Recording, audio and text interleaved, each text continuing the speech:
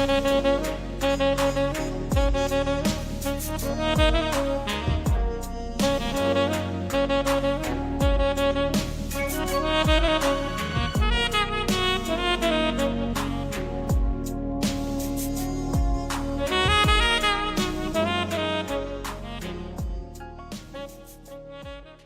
you for listening to my daddy's podcast.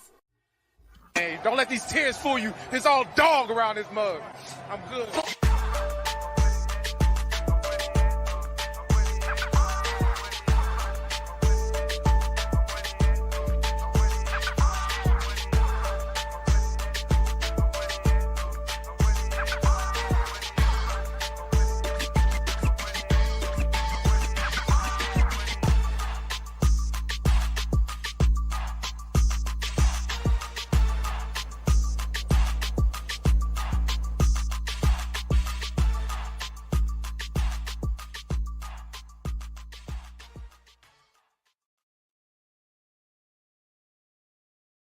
Gonna break it down. Hey, what's going on, Who Dat Nation? It is yours truly, Timothy J. Jones. And yes, I am the host of the State of the Saints podcast. Thank you so much for checking out the State of the Saints podcast, where we talk New Orleans Saints. Come on in, man. Come on in. Have a seat. Have a seat. We are going to be talking bold predictions here on the State of the Saints podcast on this evening. Yes, this is live. Yes, this is live. I can see everybody in the chat. Shouts out to everybody in the chat. Shouts out to everybody at home. This is a very interactive Saints podcast, probably the most interactive Saints podcast that you're going to find on YouTube or anywhere else. I am Timothy J. Jones once again, the host of the State of the Saints podcast. For those that are new, I know it is football season, so every year, man, we get new individuals that find this channel, man. So if you're new to the channel, you just found us, thank you very much. We go live quite often here, and hopefully by the end of this episode, you will have subscribed, but hit that like button on your way in. But let's go ahead and get into it, man. Get into it. Let's talk bold predictions for the New Orleans Saints in 2024. It's no longer off season, Who Dat Nation. It's no longer all season. Look, all season is over, okay? Because training camp is upon us. We're about 2 days away for the New Orleans Saints to have training camp. The players will be there on the 24th, and this is an exciting time. Like, there's no more talking about what this is going to what's going to happen and all that. We're going to see this play out in real time, and I'm pretty sure there's a lot of storylines that involve the New Orleans Saints that you, the Who Dat Nation, are looking forward to seeing. But we all know how it goes, man. Last season, it did not end the way that we wanted it to end. And you have like these thoughts and these feelings and these views about what the team is going to be based on what you saw last season. Now, I'm a firm believer in when the season is over, it's over. It's not the same team. You don't have the same philosophies. The message isn't the same. You got new individuals that have absolutely nothing to do with what happened last season are coming into your team. So I'm, for one, just feel like, you just go ahead and throw it out. But, of course, once again, life doesn't work like that. So with this, we're going to be talking bold predictions here today. So in the chat, we will be reading, of course. That's how we do it here in the chat. If you have a bold prediction for your 2024 New Orleans Saints, go ahead and put it down in the chat. But in the meantime, speaking of the chat, I want to acknowledge some of the people in there. Shouts out to Jerry. Shouts out to Hurricane Mike. Shouts out to Tech Hollywood, Daniel, Bro Martin. He up in here, man. And also the 42 people that are actually watching this right now. Thank you so much for those that may have a little bit of stage fright. We still love you here, all right? But also got to give a special shout out to all the individuals out there that love the show, always telling me how much they appreciate the show when the show is all said and done. Shouts out to the After Show boys. Shouts out to them After Show boys. Shouts out to them After Show boys. They be tweeting and be posting. They be tweeting and be posting. They be tweeting. Yeah, them After Show boys, they be tweeting and be posting. They be tweeting and be posting. They be tweeting. Yeah, them After Show boys. NBA Booster, DB Tweet, NBA Booster. Shouts out to all the after show boys, after show girls out there, man. But let's go ahead and talk bold predictions. I got a few bold predictions for the New Orleans Saints. First bold prediction for the 2024 season from yours truly. Alvin Kamara will have Offensive Player of the Year consideration. I've been mentioning this quite often here. What Alvin Kamara has been going through over the last few seasons had a lot to do with the offensive play calling, more so than Alvin Kamara himself. I feel like Alvin Kamara is poised to have a monster season.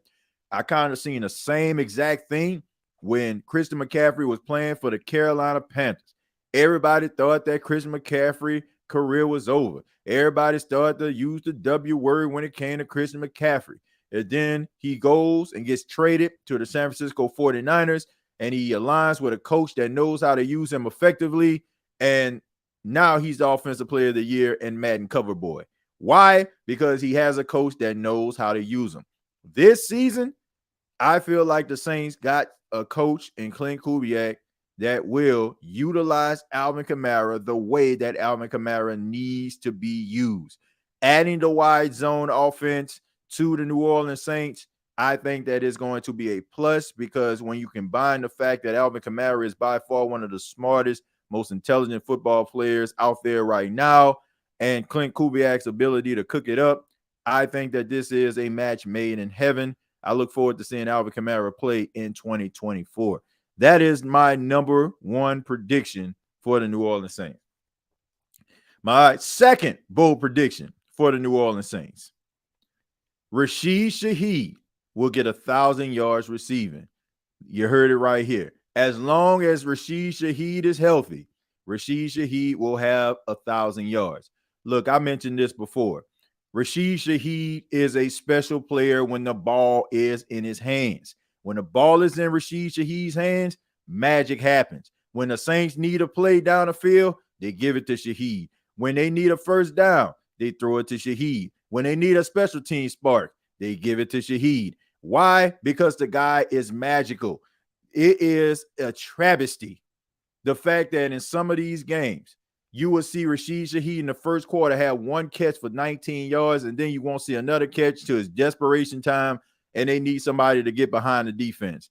They were not utilizing him the way that they should. They were utilizing him in a way that you would use an undrafted rookie, but he's not your typical undrafted rookie. I think that Clint Kubiak, and you also combine the fact of the new contract that he got, it just tells you that he is going to be the Saints number 2. So therefore, they're going to use him like a number 2. I have Rashid Shaheed going over 1,000 yards receiving in 2024. Those are my 2 predictions as of right now. I'll go ahead and I'll go to the chat, read some of your comments, and then I'll go into more of my bold predictions in 2024. And I want to hear from you. Once again, for those filing in, what are your bold predictions for the New Orleans Saints in 2024? That's what we're talking about here on this episode. Shouts out to Erica. Erica says, yes. Jerry says, my bold prediction, Saints offense wake up under Clint Kubiak. Let's hope that. What are they? Okay, well, what about your bold prediction? I told you 2. Give me 2 of yours, we the guys. Neville says, who that? Buckle said, what up, TJ? What's going on? DeJuan says, Shaheed is our yards after the catch guy. Yeah. And I think you'll probably see more yards after the catch from some of these other receivers too. I think that Chris Olave will start getting yards after the catch. I think that's something he's been working on in offseason. He's been talking quite a bit about. I think that some of these other guys are going to be making plays as well. So I think that you're probably going to see more yards after the catch from these players. Will Carr be a dark horse for MVP? Will Derek Carr be a dark horse for league MVP? Let me say it one more time. Come on, man. I think he's going to be formidable, solid, but MVP, nah. Chase Young gets 9.5 sacks. That is a bold prediction. You think about Chase Young coming off that neck surgery. You got to ask yourself, how severe was the neck surgery? Will he be the same player? He did have 7.5 sacks last season, if I'm not mistaken, played all the games last season. So hopefully that is hopefully, man, that's a sign of things to come for the New Orleans Saints. 2024 predictions: Saints #1 defense and top 10 in offense. Okay. I mean, I think they can have a top 10 defense. You know, I think they can have a top 10. I don't know about top 5. I don't know. I ain't seen enough out of the defensive line for me to be sitting up here saying they can be top 10. They got to be able to rush the quarterback. It's been a minute since we've seen some dogs hunting in New Orleans. It's been solid fundamental play. You know, they've been the San Antonio Spurs of the NFL, you know, playing decent defense, you know, being where they need to be, but not too many playmakers, you know, defensively, especially when it comes to sacking a quarterback. That's just me, but hopefully that can actually pick up in 2024. If the offensive line is not productive, it's going to be a long season. Well, I expect for them to be better. I expect for this new offense to be able to help them, as well as you know, the new offensive line coach who has a reputation of helping offensive lines, and they've always been formidable everywhere he went. So they got that going for him. Said Bishop Bowinkle is back. Yeah, Bishop Bowinkle back, man, when necessary. Carr not popular enough for MVP. It ain't got nothing to do with popularity. It ain't got nothing to do with that. It's about, can you play? I just don't trust Derek Carr as a consistent quarterback. I think that you can win with him if you surround him with certain things. I don't think you're winning because of Derek Carr. Look, in all those people out there that been, you know, lobbying for Derek Carr, and there's always a Raider fan that's always lurking somewhere, you know, still trying to lobby for the old man Derek Carr. But for all those Raider fans out there that was talking all that noise and saying that the Saints offensive line let them down, I would like to let them know that the Saints offensive line were not one of the worst in the league. As a matter of fact, when it came to sacks allowed, the Saints were ranked 23rd. 23rd. So for all those people that's trying to use it, the reason why Derek Carr wasn't as effective because the Saints offensive line kept on getting them hit, well, there's your answer right there. If it was as bad as they were trying to make it out to be, then guess what? They would be in the top 10. The Saints were ranked in the 20s when it came to sacks allowed. So there's a little something for all those Derek Carr people out there that's trying to say that the Saints offensive line was the real reason why he wasn't effective, and not him himself with some of those decisions and throwing the ball later than you showing up to a class. Seriously. All right. I'm not going to say that the offensive line was all world, but he didn't do them any favors either. They didn't help each other out. So I just want to let that be known, and go in, you can check, since y'all love analytics, and don't try to disclaim them now, because everybody knows when you start talking about Derek Carr, what's the first thing they start talking about? Well, the analytics. Well, look at the completion percentage. Well, look at the yards.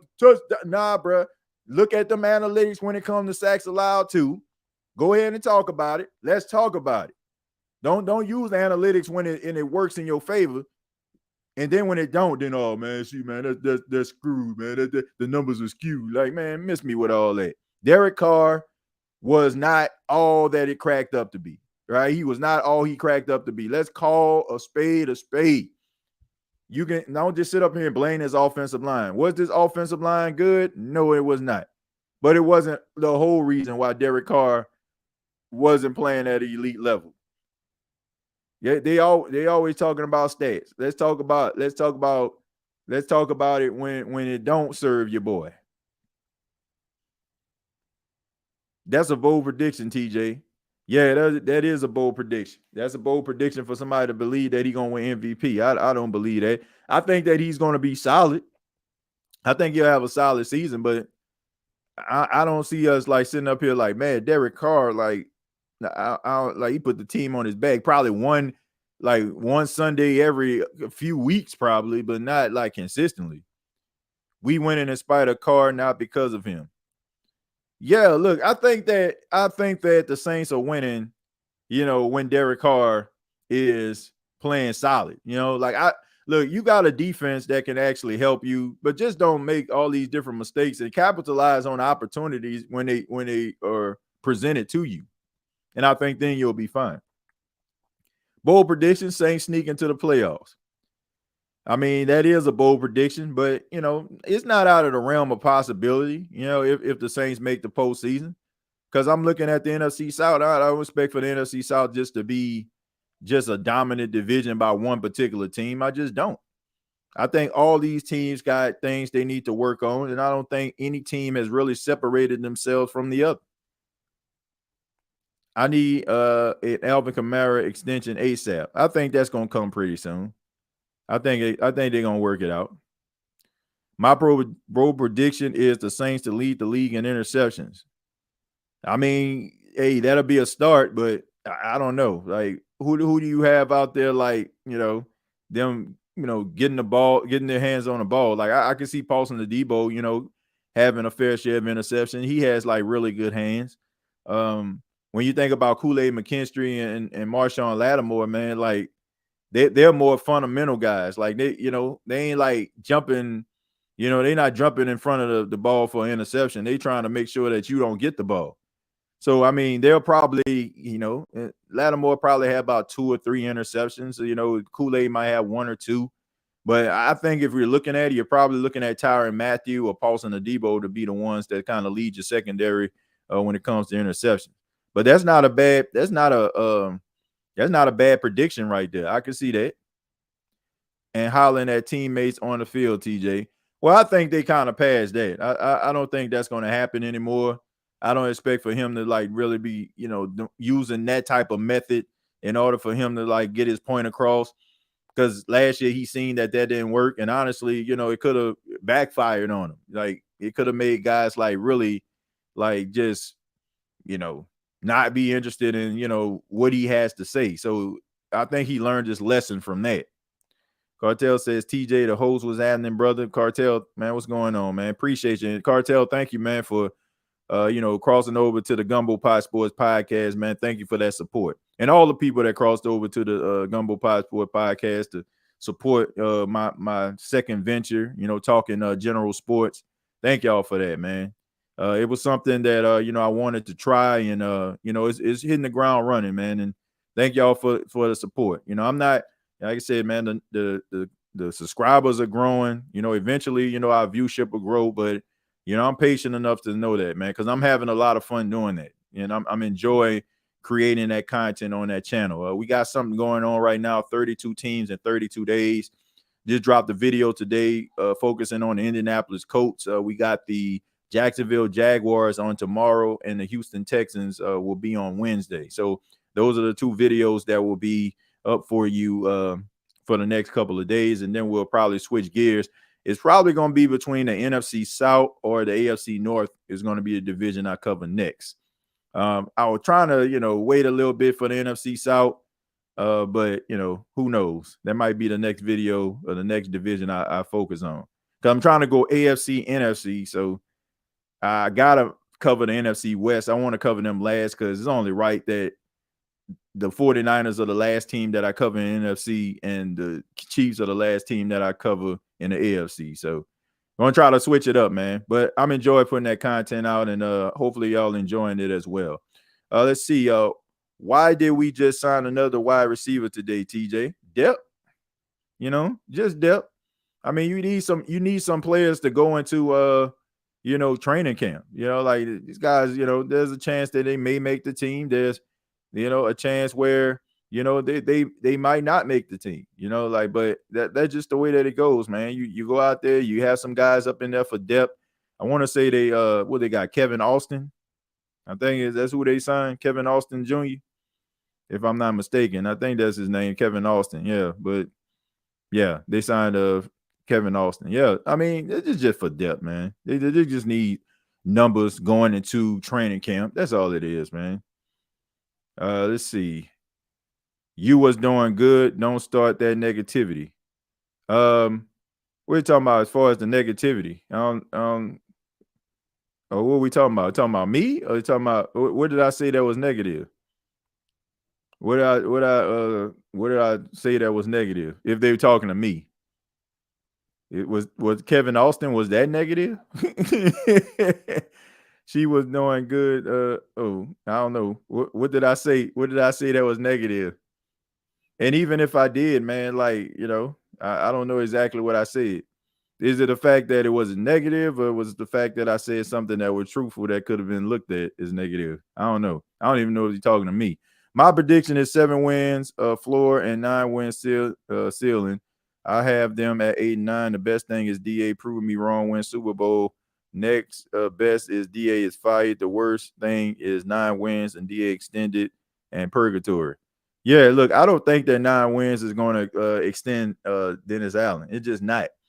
You're not going to rile the fan base up, and get them all on board with a guy that won 9 games. It's just not happening. Look, to me, if the Saints don't make the postseason, I think you need to let go of Dennis Allen. It's just that simple. Like 9 wins and missing the postseason, that like this dude needs to be fired. Like the only thing that can save Dennis Allen's job in 2024 is if the Saints go to the postseason. And for all those people out here that may be thinking that I'm being negative, what leg do you have to stand on? You know what I'm saying? Like, that's what I'm saying. Like, it's not the fact that I sit up here and want to be negative. It's just the truth. Like, if you have 3 seasons, right? Okay, the first season, it was a bunch of layovers from Sean Payton. You got rid of the defensive side of that, right? You brought in your defensive guys. And then you go 9 and 8. And then the next season, you overhaul a complete offense. Now this is solely your team. The quarterback that Sean Payton brought in and Jameis Winston, he's not the quarterback. Derek Carr is the quarterback that you wanted. And you got all of the players that you have that you wanted to keep. The ones that you didn't want to keep are no longer here. This is your team. So if the Saints don't make the postseason, whose fault is that? That's what I want to know. Whose fault is that? Like, how can you sit up here and just say, okay, man, he did better? Like, bruh, come on, man. If the Saints don't make the postseason, if the Saints do not make the playoffs, Dennis Allen needs to be fired. It's just that simple.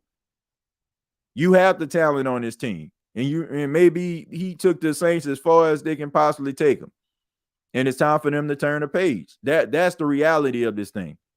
If the Saints do not make the postseason, and Mickey Loomis tries to justify bringing back Dennis Allen again, I guarantee you, like, they're going to have a very tough time at selling Saints fans on another year of this. It's just the truth. I mean, I don't want to see the dude get fired. I don't, man. I ain't trying to see nobody get fired. Like, if you don't do the job, then it is what it is. But I'm not sitting up here just saying, like, at this particular point, there was a time where I'm like, okay, man, you need to go ahead and let this dude go. But in order for them to let this dude go, that means that the Saints will have to be terrible. And I don't want the Saints to be terrible. So I want this dude to be successful because that means the Saints going to be successful. But if they are not, then you got to let them go. It's just that simple. You got to let them go. Let's see. Kevin Austin Jr. Yeah, Kevin Austin. Yeah. Let's see. Why we signed Rasheed for only a 1-year deal. Because, like, okay, so Ghost, here's the reality. All right. The money that they gave him is kind of suited for like a high 2nd round pick. And we've already mentioned that Rashid Shaheed has just kind of been, in the rotation. He serves almost as a role player. And if the Saints were to pay this guy and they would like give him like an extension with a certain amount of money, number one, he would probably be lowballing himself. Like, because there's a chance this season, right? You already paid this guy. So you already basically said that you're our number 2 guy. So with that comes more targets, more yards, more opportunities for touchdowns. So let's just say, for example, Ghostface, they sign him right now, but they sign him to a contract and he goes out there and he just exceeds what that contract entails. Now you're playing on that same particular contract for a certain amount of years when you deserve more. So that makes sense to me. So it gives him an opportunity, at least 2 years, to put up some big time numbers. And if the Saints can't pay him, then somebody else will, right?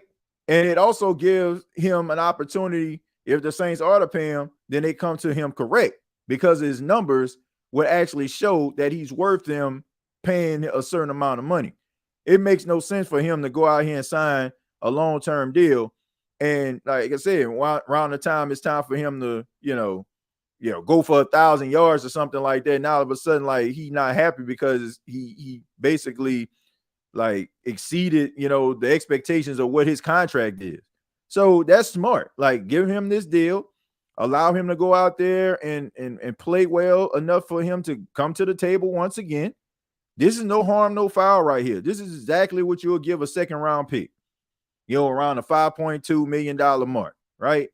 He goes out there, he plays well, you can renegotiate again. So no need for him to sit up there and if I was his agent, there's no way in the world I would sit up here and say, man, Rasheed, go ahead and sign that contract. Like, you'll be shortchanging yourself. I mean, it's basically like a basketball player, right? It just say, for example, like you play like 10 minutes a game, right? And you go in the game and you score about 8 points a game. Well, like what will happen if they give you 20 minutes, 25 minutes? Like, you'll probably be averaging 18, 19 points a game. So would you want them to pay you like a guy who averaged 8 points, or would you want them to pay you like a guy that averaged 18 to 20 points? Give me an opportunity to score those 18 to 20 points. Give me more minutes. And then we'll see if I'm worth that price tag. Don't worry about it, TJ. I'm lost too. He. Yeah, I don't know what he's talking about. I don't know what he's talking about this being negative. I don't know. But I don't know, man. People want me to be like this. Hey, everybody, it's Timothy J. Jones, the host of the State of the Saints podcast, where the Saints are going to go 17-0. Offense number one, defense number one. Matter of fact, we going to go to the Super Bowl and be the first team ever to go to the Super Bowl and get a first overall pick out the deal. Because we're going to trade Cam Jordan, a 35-year-old defensive end, to a team that needs a defensive end. And they're going to trade up for their number one pick. And then we're going to get the quarterback of the future. That's right, ladies and gentlemen. That's the way that things are going to go. I know that the Saints are falling short each and every year, but guess what? This is the year they're going to go to the Super Bowl, because I believe, who that nation, I believe that the New Orleans Saints are going to win every single game. Falcons beating them twice. Carolina beating them twice. Tampa, beating them twice. Matter of fact, Patrick Mahomes is going to have his lowest statistics ever when the New Orleans Saints play the Kansas City Chiefs in Arrowhead, even though that's one of the toughest places to play. But don't be discouraged, who that nation, because guess what? The New Orleans Saints are going to goose egg. They're going to goose egg the Kansas City Chiefs. Woo! That was some of them want, right? That was some of y'all want, right? That's how y'all want me to come every single episode, right? I guarantee you the numbers will be to the roof. I feel that black and gold going back to that Super Bowl. I feel that black and gold going back to the Super Bowl. Woo! 17-0, baby. Matter of fact, we're going to trade Cedric Wilson for Devontae Adams, because he's not happy in Las Vegas. And we're going to bring him in. And we're going to align him with Derek Carr. And he's going to have 2,000 receiving yards. And Chris Olave going to have 1,500 receiving yards and 16 touchdowns. That's what's going to happen. Derek Carr is going to be league MVP. He's going to be league MVP. He's going to break Peyton Manning records. He's going to break Tom Brady touchdown record. Man, he's going to break Patrick Mahomes Super Bowl appearance record. He's going to do it all, folks. The Saints are never going to lose another game ever again. That's what they want me to say. That's how they want me to be every episode. If not, then I'm super negative.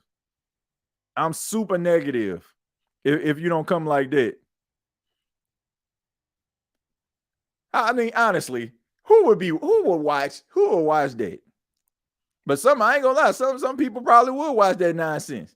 Sitting up there, well, the Saints, they gonna win every single game. Like, man, knock it off. Let's just be honest, man. This is a team that has the capability of being a successful team, but they have gotten in their own way over the last 2 to 3 years. That's how y'all want me to come, man. That's how y'all want me to come at it. If you don't come like that, then I guess, you super negative. LOL, I heard someone block at Golden for saying they are not black. I don't even know what we talking about there. What are we talking about? I feel like this is Alontae Taylor and Kool-Aid will be crazy in the slot and down positions. Yeah, I think both of those guys are going to be extremely talented, man. I think Alontae Taylor's second year will be better than the first.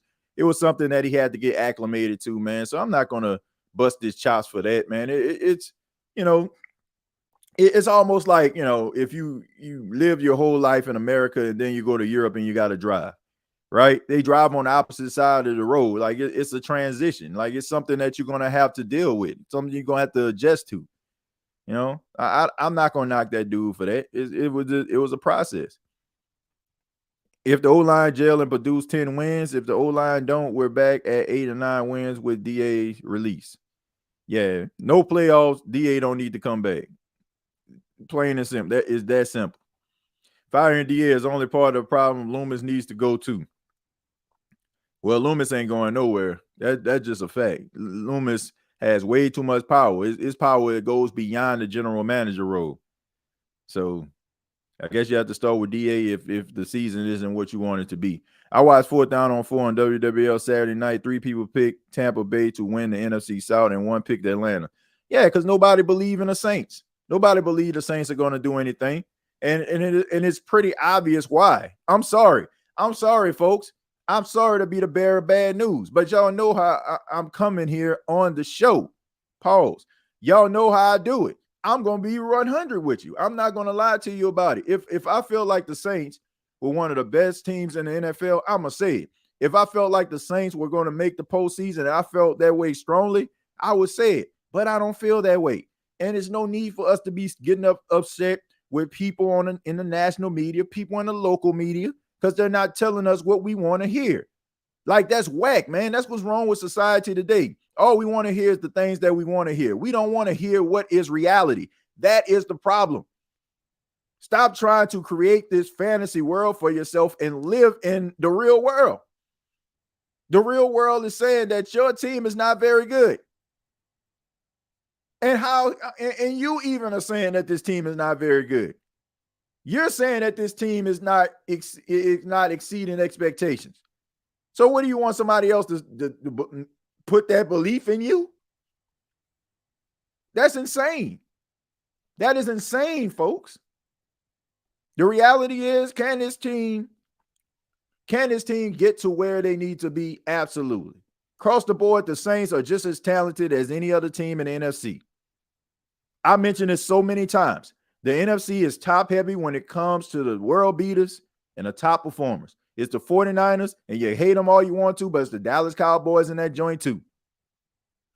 Even though we know Dallas, when it comes to the postseason, completely different story. A bunch of regular season wins, but nothing to show for it in the post. 49ers get to the Super Bowl. I mean, we already know this. Who else? Philly? Man, Philly about to change over offensive coordinator. Nick Sirianni on a hot seat. If he don't perform, you got Big Dom not on the sidelines no more. They finally, I guess he can be on the sidelines this year. Who else? Minnesota, looking at new quarterback Sam Darnold, J.J. McCarthy. Green Bay Packers, as of right now, the making of this podcast, Jordan Love is not at training camp because he's trying to get paid. The Detroit Lions, now they are the hunted, not the hunter. Everybody knows what they're capable of, so they're about to get everybody best shot. How are they going to respond to that? They still got the same coordinators. They didn't change too much of anything. Yeah, they brought along Carlton Davis, but what did they do?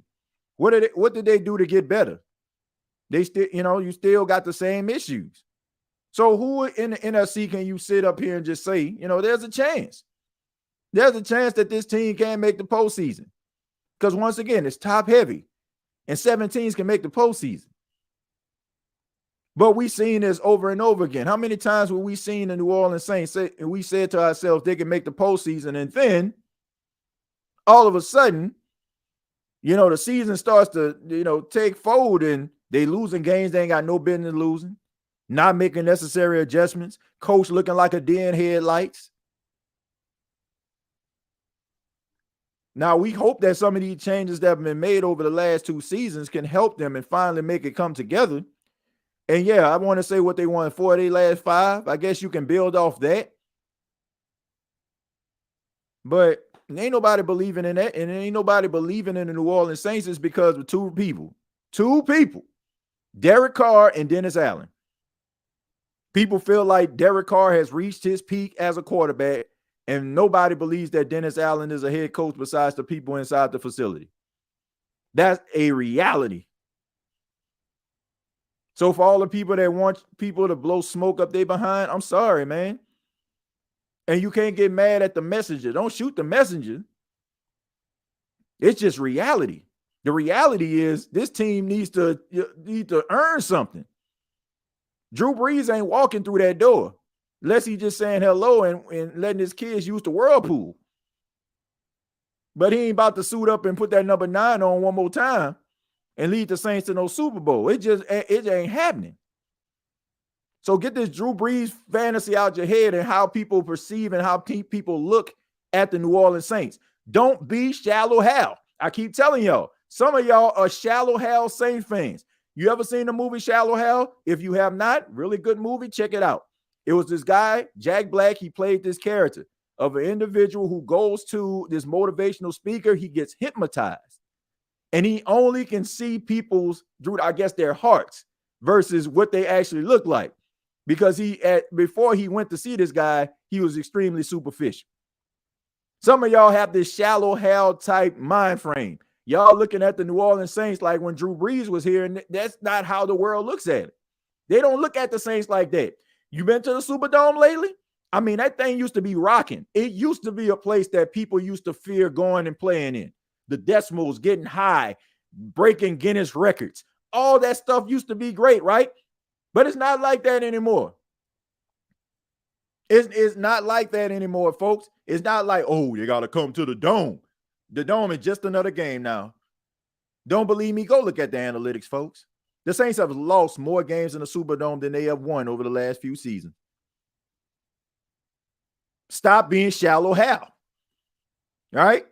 You know, like let's snap you out of it and see this team for what it is. This is a team that needs some work. And if you want the New Orleans Saints to get some type of credibility, if you want the national media to give them some type of credit, and if you really want to just be yelling from the rooftops that they need to talk about my team, well, the team needs to give them something that they need to be talking about. Because right now, you know, it's just like we just trying to fit them into this room, and they ain't fitting them. They don't get a seat at the big boy table. Y'all been to Thanksgiving, they got the big people table and they got the kids table. Right now, they over at the side, right? They get served second because you got to serve the grown-ups and Big Mama first.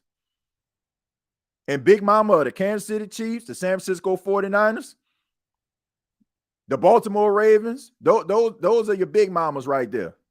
You sitting at the kiddie table right now, you waiting on your Kool-Aid. You don't even get the adult beverages. You don't get the Bel Air. You don't get the Ciroc. You getting Kool-Aid with one packet of sugar right now. You got to earn your keep. You got to earn it, folks. You got to earn it. And this isn't me being critical. This is just reality. I love this team.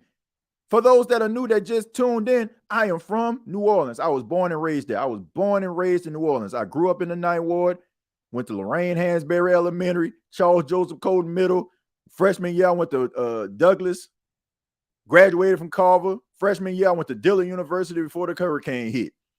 Of course, I went to Jackson State, and the rest is history.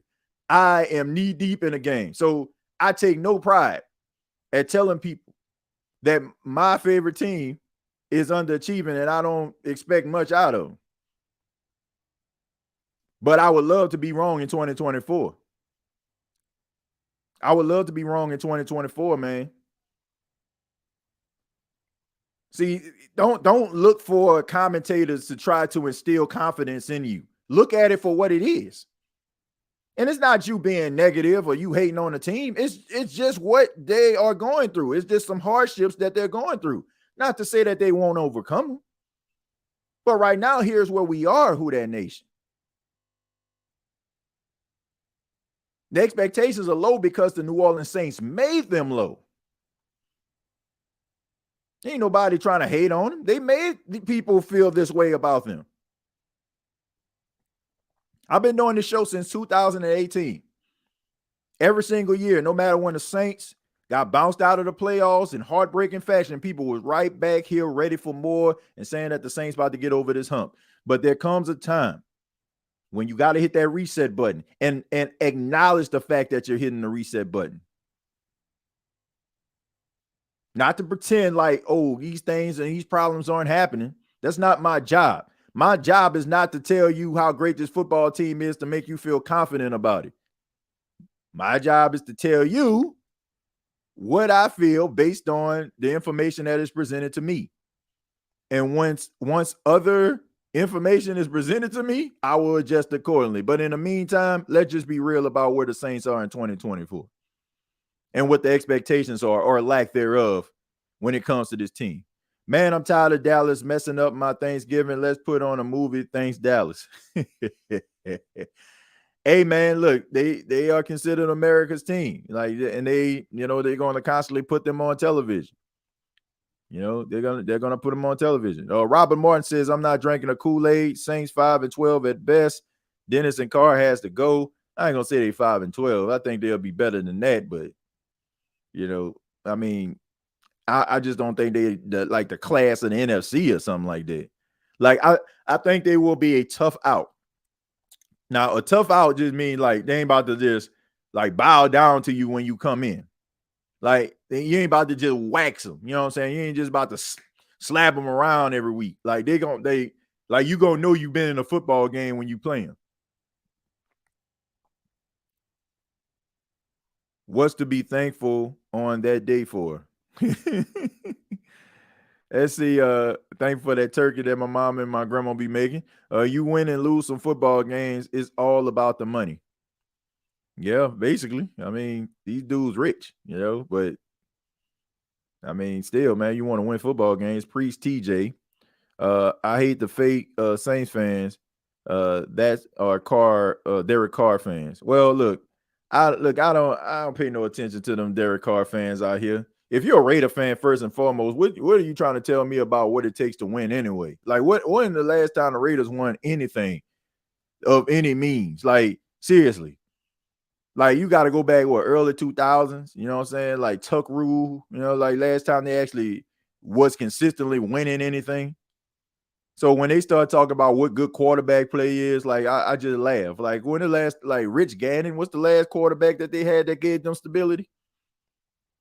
Yeah, you got some Derek Carr fans masquerading as Saints fans. They came over to New Orleans, and now, they're trying to tell New Orleans Saints fan what it takes to win, even though Derek Carr has not won, maybe except one season in Las Vegas / Oakland. But they want to tell Saints fans about how to win. Like, does that make sense to you? That's like somebody telling you how to dunk that's 5'2" and feet barely can leave the ground. What can a Raider fan tell you about winning? What can they tell you about prosperity? And you probably got to go back to Lyle Alzado and Howie Long being your pass rush the last time them boys won something. Seriously. But I ain't going to take anything. Look, I think Derek Carr is a talented quarterback. But the way that some of these Raider fans look at Derek Carr, like, perception indeed is not reality. I don't get it. You have one dude that made a whole page dedicated to defending Derek Carr. Like, seriously, dude. Like seriously. Like, really. And this man sit up here and make it seem like it's everybody's fault. For 11 seasons, it's been everybody's fault. Yet we see people that go into bad situations like Joe Burrow, where Cincinnati was a purgatory, where quarterbacks go to die and regular season wins go to die. And this man turned these boys into a legit franchise in 2 years. And yet Derek Carr can't sit up here and win a playoff game. And only been, maybe one time as a starter? Come on, man. We got to be real with this. We got to be real. I like Derek Carr. I think that he's talented, but he is not everything that they make him out to be. You can win with him. I said this. You can win with him. You're just not going to win because of him. Put a team around him. He'll get it done. If you put a good defense, good running game, good offensive line, he'll get it done. The word from the good book, good afternoon. You'll overcome the hardships when DA and DC are gone. Prayer up. I'm gonna be 100% real with y'all. A well-respected, I'm talking well-respected individual in media. I was chopping it up with not too long ago, and they told me, it's like, I'm just gonna be 100 with you. It's like the Saints ain't gonna win nothing until Derek Carr and Dennis Allen are gone. And this is somebody, I'm telling you, this is somebody that y'all see on TV every single day. Told me this out their mouth. That's what people are saying and how they feel about this team. Has a chart that needs to be followed by a certain group of species with precautions, what to wear and use a time. What are we talking about here? What are we talking about? Got conspiracy theories and scientific methods, and I don't know what the hell going on. TJ, this team feels destined for a 9-8 and a wild card berth if they're fortunate, but we don't seem to catch any luck with playoff tiebreakers. Well, look, get it done, win the games that you need to win, and we won't be talking about no tiebreakers, Eugene. I agree with what you're saying. It makes a lot of sense, but they haven't gotten any luck, but make your own luck. Honestly, man, for the last few years, we've always kind of been waiting for something to happen good for the New Orleans Saints. Oh, we need Green Bay to lose. If they lose, then the Saints will be a 1 seed. Then Green Bay end up winning. Oh, we need such and such to lose in order for us to make the playoffs. Then they end up winning. Like, make your own luck. Make your own luck. You know, so you don't have to be relying on these teams to, slip on a banana peel. The Raiders used to win Los Angeles. Yeah, when it was in Los Angeles. Yeah, they used to win all the time. You had Tim Brown and, like, if you want to go back, Ken Stabler and, Casper and all them other cats, you know what I'm saying? Like that. Art Shell, they used to win all the time. But that was a long time ago. Old man Willie going all the way. Like old man Willie picked the ball off. Y'all used to win like that, but that was a long time ago. That was a long time ago, man. I heard Saints thinking about Harper returning. Least average the D age to 36. Roman Harper for what? Sideline coverage? No disrespect to Roman, and I got nothing but respect for him. But man, at this age, bro, like, nah, man. I think he working with the SEC network and maybe doing a little something with the Saints too in preseason. God bless that brother. But I think that ship is sailed. I think that's sailed. But I got nothing but respect for Roman Harper. But nah. Rattler will be starting by the 5th or 6th game. I don't know if I believe that, but I feel like that last Roman Harper statement. Come on, man. Heck nah. The Saints are playing a much tougher schedule. Last year, the D made the third string quarterbacks look like Joe Montana. Yeah, what's up with that? But I think they'll get better, man. I think it's the pass rush. I think that is something that has been plaguing the New Orleans Saints the last couple of years. Consistency when it comes to the pass rush. When you get consistency with the pass rush, that's when I feel like everything just gonna start falling together. Hopefully this Chase Young experiment actually works out for him. And Carl Granderson, steps up. I'm not looking for much from Cam Jordan. I'm just not. No disrespect to Cam. Like, I love Cam, but I'm not looking for my 35-year-old pass rusher to be out here leading my team in sacks. Like, to me, if your 35-year-old pass rusher is leading your team in sacks, you got a sorry front four. Seriously.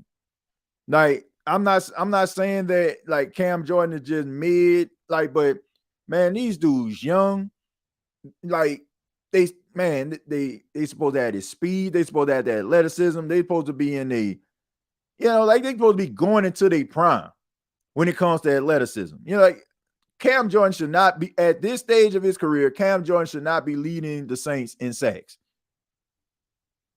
Like, it shouldn't. If he is, shame on Carl Granderson, shame on Brian Brzee, shame on Chase Young, shame on Isaiah Foskey, shame on Peyton Turner, shame on them. If Cam Jordan is leading your team in sacks in 2024. Now, I don't put it past Cam because he's motivated like that. But God dog, man, like, where these young dudes at? I'm like, it's time for these cats to step up.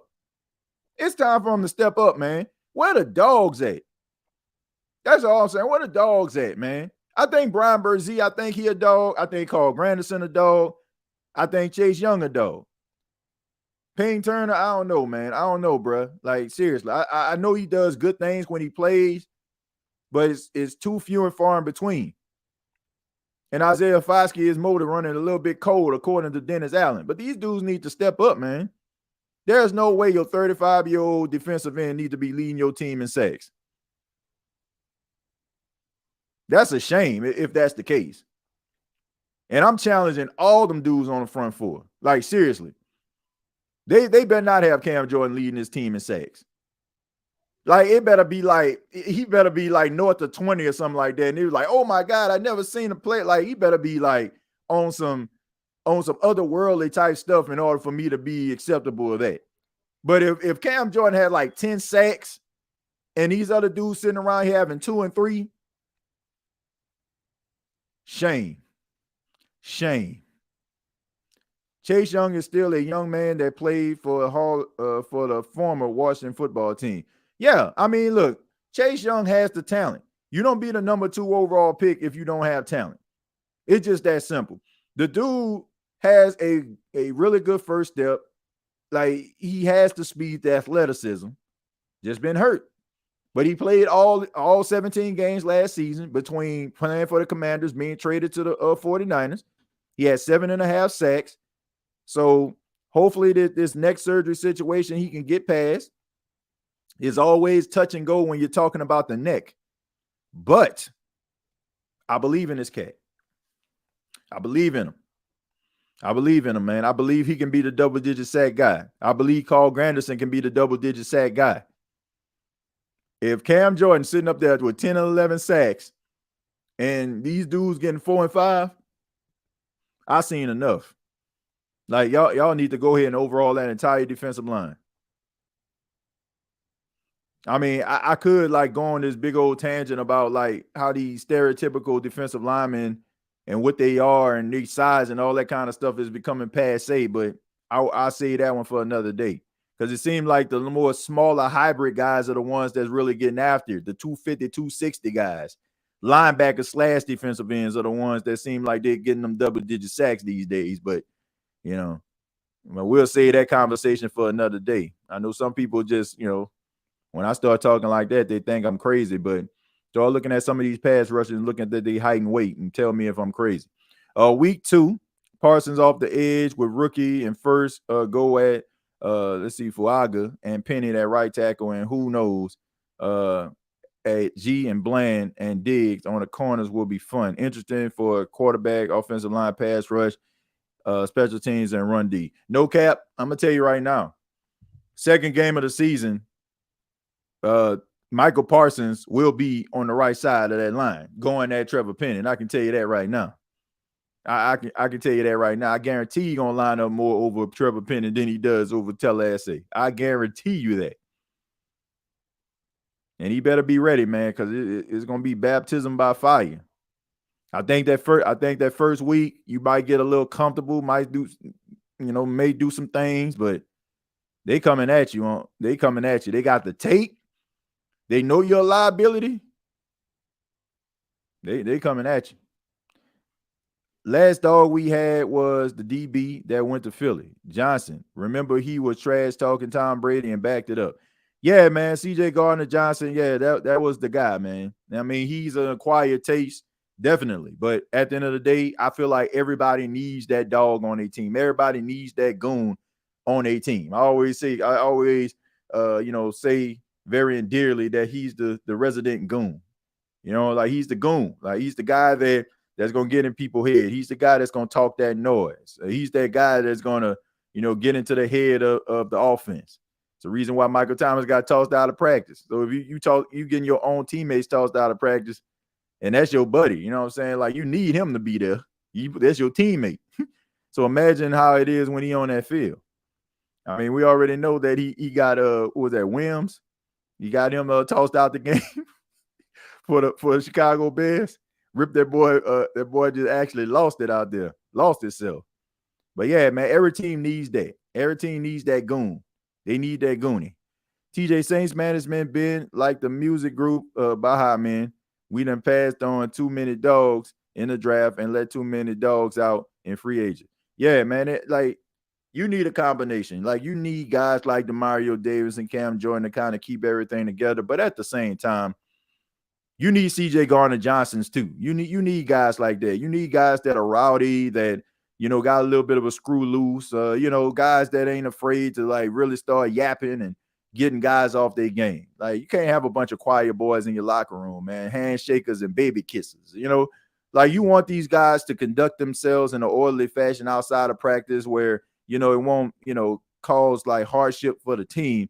But at the same time, man, look, I don't need my whole entire team showing up to the prep breakfast. You feel me? Like, I don't need everybody showing up. I already told y'all, man. You know, sometimes you need that guy outside. As soon as he start up the car, you can hit a subwoofers, right? Boom, boom, boom. You know what I'm saying? Listening to that little baby, listening to the baby. Back to the mail is gone.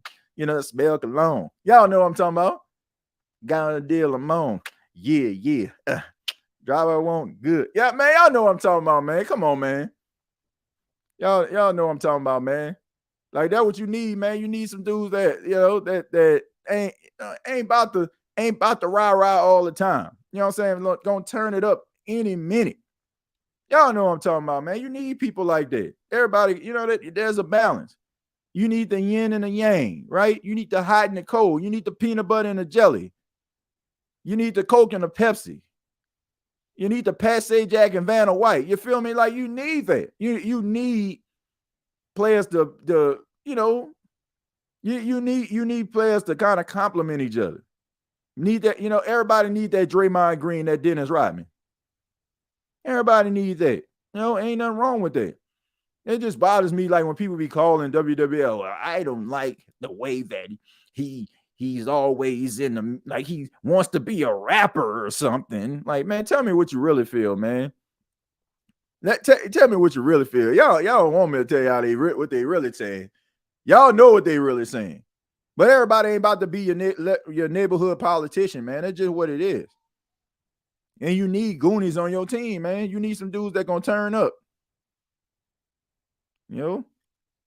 I don't know if Penny Starts could be Landon Young. Landon Young? You talking about getting beat like you talking about getting beat to sleep, man. Man, what we talking about, man? I'll take Trevor Pitt over Landon Young any day, man. Barbecue chicken alert. Barbecue chicken alert. Barbecue chicken alert, man. For real, man. We got to do something else. Oh, my God. This man said Landon Young. My goodness, man. What else we got over here? There we go. You crazy. You're crazy. Yeah, you got to be crazy, man. Like, Landon Young. Landon Young is definitely a rotational guy.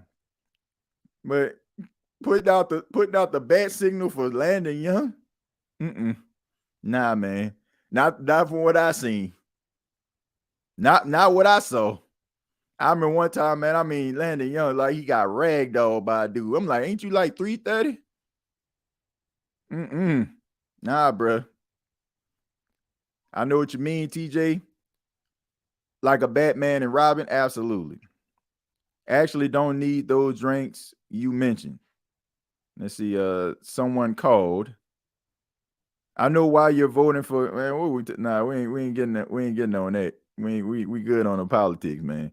The game I could get out my head, the Saints Packers game last year, we had them and we let them off the hook. Yep, and the reason why they made the playoffs at 9-8 because they had the tiebreaker. Ain't that something? Hey, TJ and the Who That Nation, what's going on, Kathleen? Thank you for being here. Landon Young, Landon Young, that ain't it, bro. That ain't the move right there. I'm with you, man. Like, but that ain't the move. But look, I'd rather save you from going out here having this conversation anywhere else.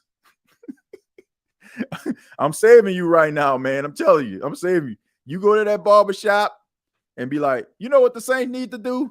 And they cutting the hair, you know, like cutting the hair. Allergy. I get an allergy. Yeah. Sorry about that, man. My son got a little bit of a sinus cold, man. Telling my wife gave him some allergy medicine. But anyway, yeah, like you cutting the hair, right? Yeah, man. Yeah, man. The Saints need to do something. Yeah, bro, they need to do something. Yeah, man. You want that tape in the back? Yeah, I got you, man. Hey, You know what they need to do for the offensive line? Yeah, bro. What you think, man? I'm thinking Trevor Penny gonna do something. Nah, what you think about Landon Young? Cut, cut, shave your back. Like what? Landon Young. Have your tape all messed up saying some stuff like that.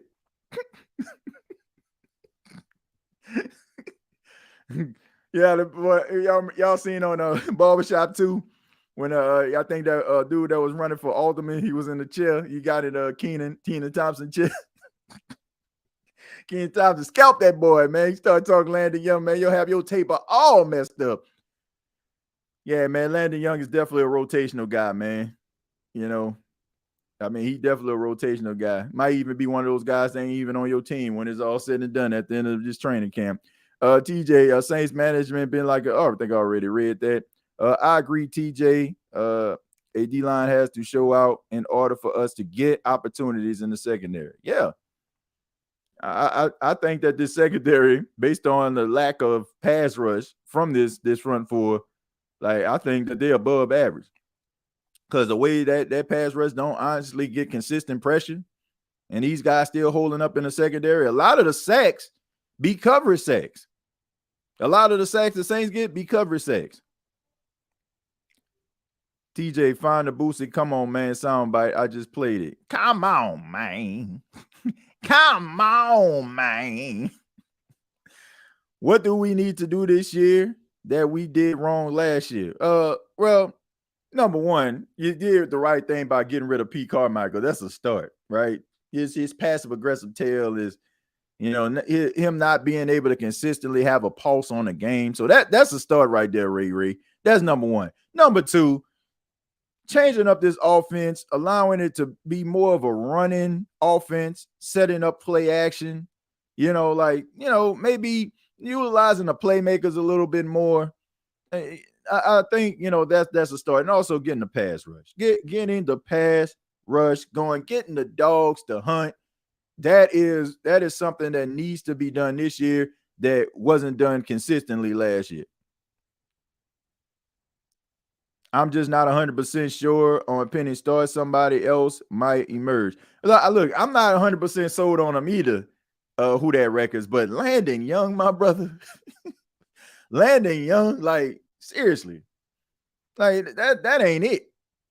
I think Landon Young, look, I feel like he's a good rotational guy in the National Football League. Starter, I just don't feel that way. 2, maybe 3 games you need him to come in, maybe to substitute for somebody that's out. Okay, but he is not a consistent starter. He is not. Unless, like, the new offensive line coach comes in and he basically just turns chicken-ish into chicken salad here. I can't see this dude, like, being a starter in the National Football League. But everybody can't start. Everybody cannot be a starter. But that doesn't mean there's not a play for him. There's plenty of rotational guys that bounce around the league that get an opportunity to start in games, 1 or 2 games. I just feel like he's one of those guys. It's important to keep the quarterbacks off his back. Yeah, that's true. But it's also important for the quarterback not to, run himself into being on his back. Meaning holding on to the ball too long. Meaning, running towards the way where that, your offensive line is a liability. Taking forever and a day to throw the football, that's always going to get you, sacked constantly. So make better decisions, quicker decisions.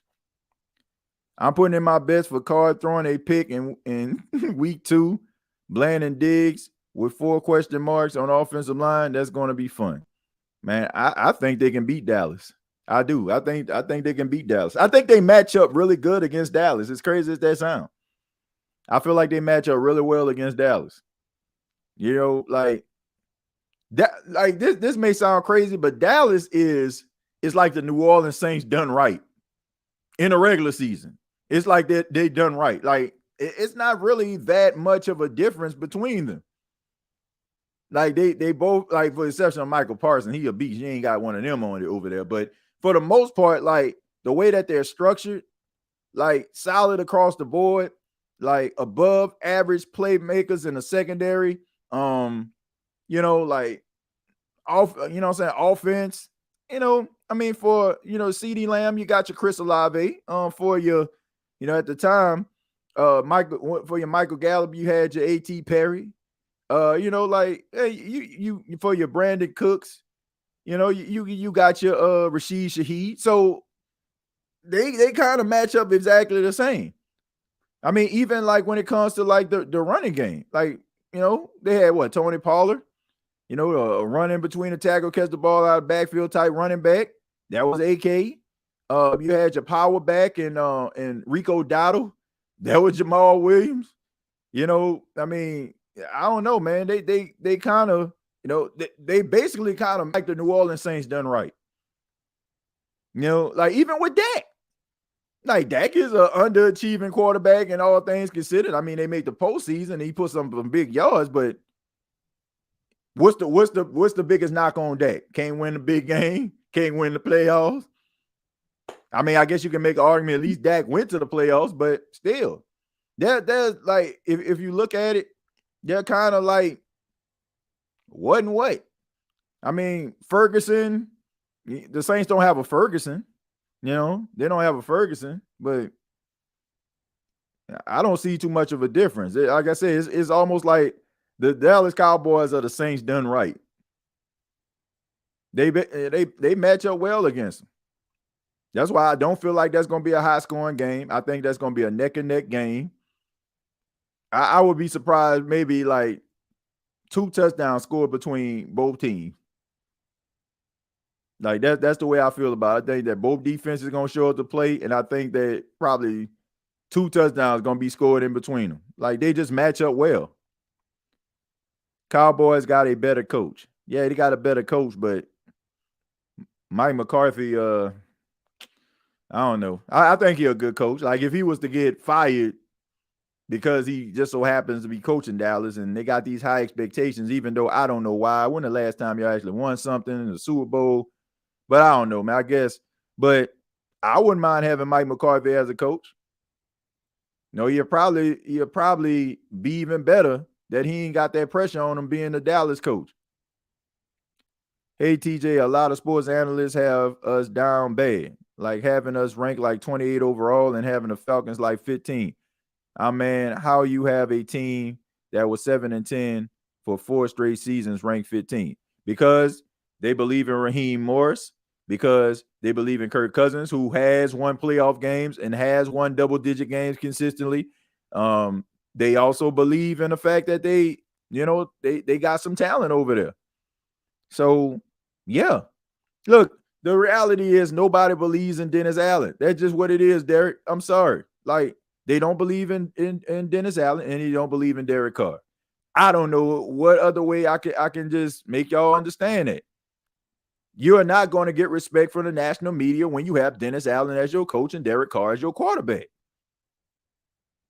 It is point blank, period. Now you can go ahead and puncture holes in the armor that is the Atlanta Falcons and Kirk Cousins, but let's be honest about this. If 2 of these quarterbacks were out on the street, which one are you grabbing? I will take Kirk Cousins over Derek Carr. Yes, I would. Derek Carr is not a better quarterback than Kirk Cousins. You may not want to hear it. You may not want to accept it because the one that I'm referring to plays for the rival and a team that you despise, but that's the reality. Kirk Cousins is better than Derek Carr. He has had a better career than Derek Carr. He has put up better numbers than Derek Carr. He has had more playoff appearances than Derek Carr. He has won more meaningful games than Derek Carr. That's just a fact, folk. I'm sorry. I hate to be the bearer of bad news. I hate to be this guy, but it's just the reality. People look at Kirk Cousins in much higher regard than they do Derek Carr.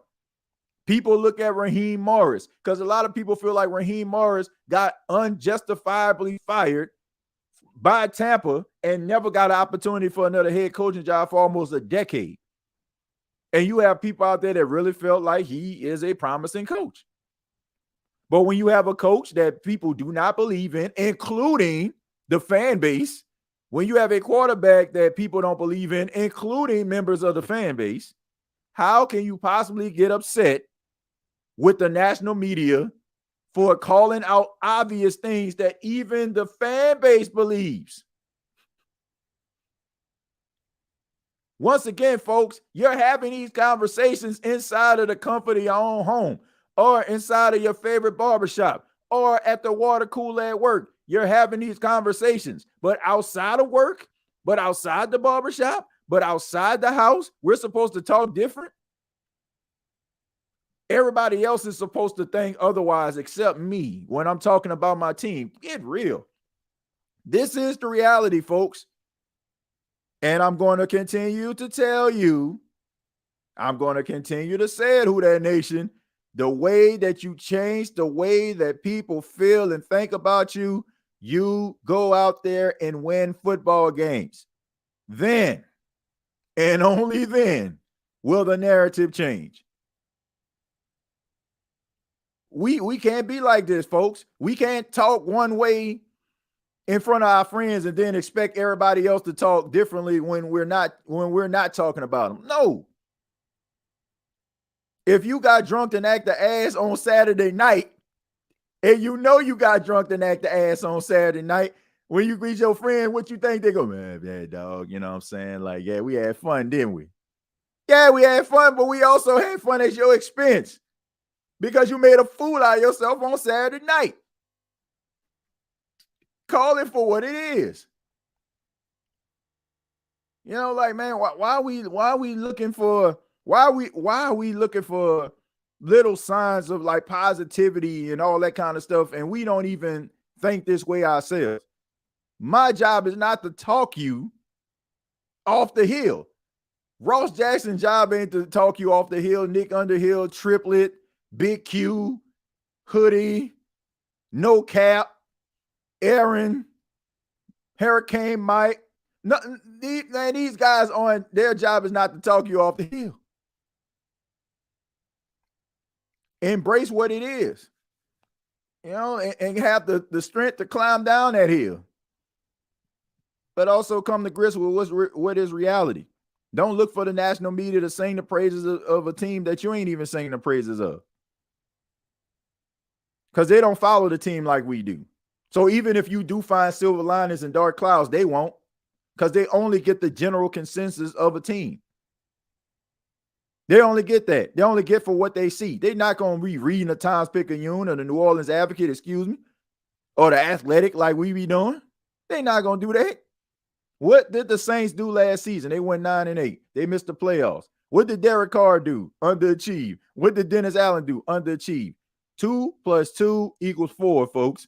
It can't equal 6. It can't equal 5, because we don't want to come to grips that it equals 4. It is 4. Do better, and you'll get better results or better, commentary from onlookers, national media, local media. Simple to me. TJ, the fact Cousins' only playoff win occurred in a dome versus one of Brees' better teams is another nail in the coffin of our collective souls as a fan base. Well, I tell you what, Eugene, that may have been like a very noticeable win, but go look at Kirk Cousins' number. Kirk Cousins had lit the Saints up throughout his career. They ain't always result in wins, but he did it.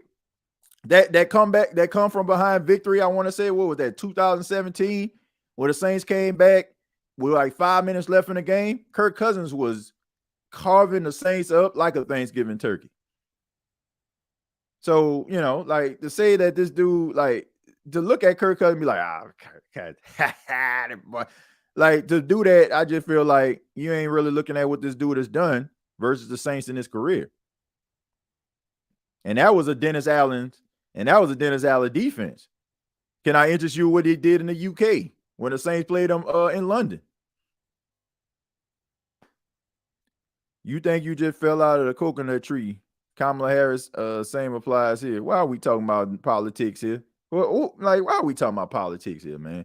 I love everybody here, man, but like, come on, man. Come on. Why are we talking about that? Why, man, we already know what that type of stuff incites. It creates divisiveness and all that, man. I'm good on that, man. I'm good on the politics. Just got home, Who Dat Kings and Queens. Hey, TJ and Who That Family, man. TJ, you either or you don't. We either win or we won't. Real talk. Exactly. Give people something to talk about. Yeah, man, I ain't on the divisive stuff, man. I understand what's going on in the world. I really do, but ain't nobody. I'm not trying to hear that, man.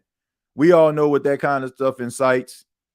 Wherever you do it. Whoever you support it. But let's leave that where it's at, man. Let's leave that where it's at. I don't even want to go down that rabbit hole. What's going on, Chemo?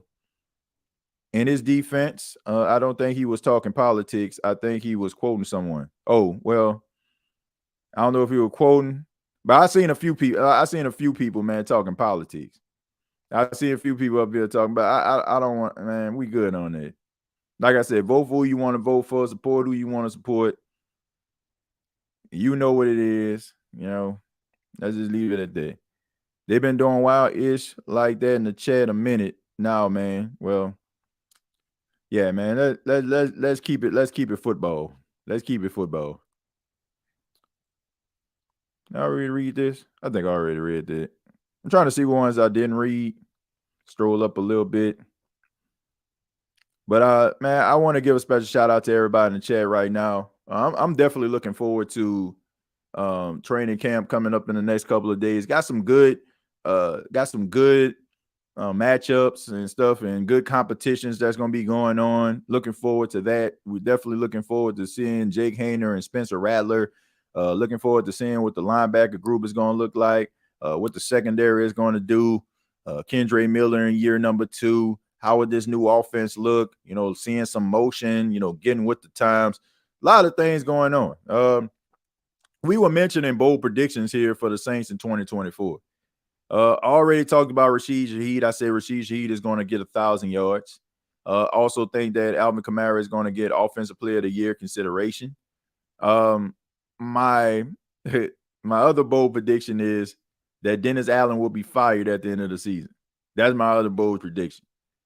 I feel like the Saints are not going to get where they need to be, and Dennis Allen will be fired. That's my third bold prediction for the New Orleans Saints. I know some people that they ain't about to shed a tear over that prediction, but I just think that, to me, it's just something about the New Orleans Saints that has been missing for the last couple of years. The New Orleans Saints, to me, lost that fire, lost that drive, that dog mentality. To me, these days it's just like we're just trying to defend our coach. You know, everybody's like on the defensive. Instead of them like kind of looking at the issues, they rather try to be right instead of like trying to address the issues like head on. You know, they rather sit up here and act as if the problems don't exist, telling us we're crazy, and then turn around and fix the same issues that people have been talking about for I don't know how long. First, we were talking about the offense was about as stale as bread left open overnight. And then all of a sudden, oh, we don't know what we're talking about. And then we got the right people in the locker room. We got the right people in the building. And then all of a sudden, you change around your entire offensive staff. So to me, you know, like you can say whatever you want. You can say that the people don't know what they're talking about. You can get mad when people talk about like, you know, are you afraid you coaching for your job, or do you, you know, what about the whispers outside of the side of the building? I don't care. Like, get all standoffish. Like, people ain't got the right to criticize the I don't even want to call it mediocre. Like, it ain't even been mediocre, below standard football that people have been accustomed to over the years. So to me, this honestly has been, this is almost like them trying to protect their own self-interest, which is Dennis Allen, than actually addressing the situation. But I tell you this, if the Saints do not make the playoffs,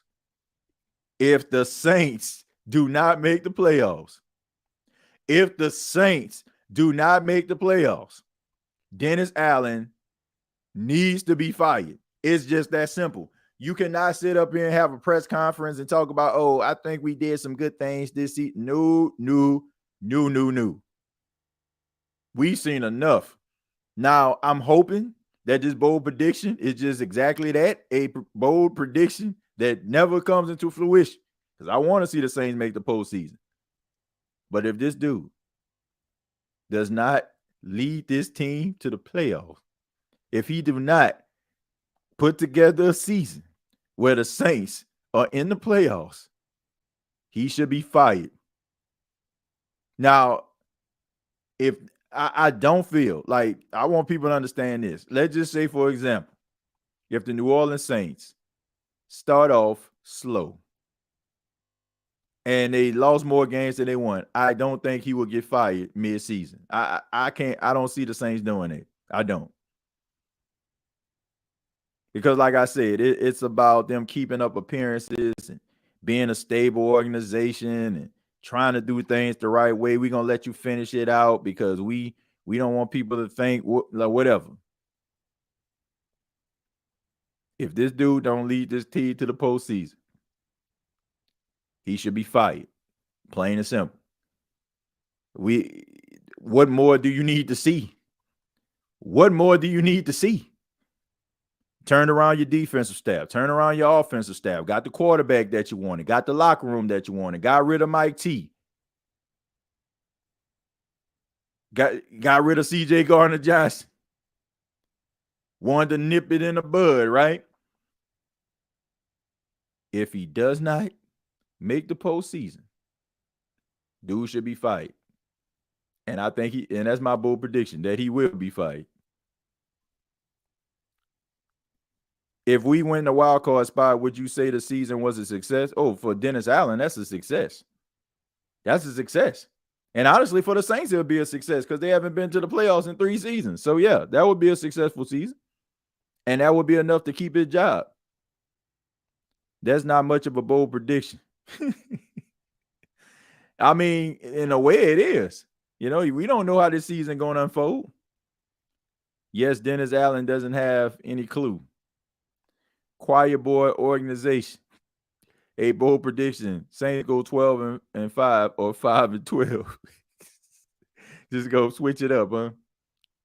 Let's see. Meanwhile, a word from our sponsor. And please check out the Gumbo Pod 32 Teams in 32 Days. Very insightful. Well, I appreciate that, man. And thank you for that. Yeah, 32 teams in 32 days on the Gumbo Pod Sports Podcast channel. I'll go ahead and put that link down there so everybody can check it out. Please subscribe to the channel. Your boy working really hard on trying to, build up that channel. So if you're into NFL, general sports, feel free to come over there. We have a lot of fun, man. Very informative stuff over there. There's a little bit of change of pace, man, and I enjoy doing it because I love talking sports. Even with Dallas, the offense don't scare me, but the McCarthy and Dak did difference. 12 wins, 3 years ain't easy. Not to mention the O-line good and D gets turnovers. People underestimate the head coach quarterback combo. Well, I know how good McCarthy is, and I know how good Dak Prescott is. But Dak Prescott gets most of his yards in certain situations when it's garbage time. Like, let's not neglect that statement right there. Like Dak be wheeling and dealing, but it's probably after he threw 2 interceptions and threw his team out of the game early, and now he got to go for 400, 4 touchdowns, 2 picks in order to try to get his team in there, only for them to lose by a wide right field goal. So yeah, he puts up big numbers, but he puts his team in a hole from time to time. I'm good with them firing him today. Sick of being in no man's land. They ain't gonna fire him today, though. They ain't gonna fire him today. They ain't gonna do that to him, man. But thank you for that. I appreciate that. Just subscribe to your other channel. Thank you for that. I appreciate that. Yeah, just help a poor man out. Help a brother out. But thank y'all so much for checking out the State of the Saints podcast. Once again, my name is Timothy J. Jones, and you can follow me on X at TJAYJones8. Previous episodes available right here on YouTube. You can check out some of the episodes in the archives. Also, check out the Gumbo Pod Sports Podcast channel. I put the link inside of the comments, so you can click on that, bring you directly to the channel and subscribe. We're doing a series, 32 teams in 32 days. On top of that, we're talking about different topics. I think the last show I went live, I talked about Stephen A. Smith, the Team USA basketball team, talked about that. So those are the type of things that we talk about over there, man. It was just general sports that I enjoy doing that. Definitely going to be talking about some other things in the future. Episodes coming out tomorrow. We got 32 teams in 32 days. We'll take a look at the Jacksonville Jaguars. Later on this week, we'll look at the Houston Texans. Those are the 2 episodes that's coming out Tuesday and Wednesday. And I'm not sure about the next division that I'm going to cover over there. I've been trying to switch it up, NFC, AFC. So honestly, probably be the next episode would be focused on the NFC South. So I'm not sure yet, man. I'm not sure if that's going to be the next division I talk about, but we will be covering all 32 teams. We put out a few episodes so far, man. So we've covered quite a few teams. So if you want to see what I feel about those teams, go ahead and check it out. Let's see, TJ. I feel like I speak for much of the SOTS family when I say we can use the Dennis Allen bad B-Wall clip for spiritual upliftment right about now. You know what? I don't know if I still got that anymore. Let me see. I don't know if I still had it. Nope. I guess I gotta re-upload that again. I guess I gotta re-upload it because I don't have the Dennis Allen Walker because that's how we used to end the show every episode, man. But nah, I don't have that anymore. I'm about to find it somewhere, but I'm gonna try to get it back in rotation. I promise I'll try to get that back in rotation. Let's see. Pink slip. Well, hopefully he does enough for him to be able to keep his job and for Saints fans to keep their sanity. But thank you all so much. And until next time, all I got to say is, who dat? Thank you for listening to my daddy's podcast. Hey, don't let these tears fool you. It's all dog around this mug. I'm good.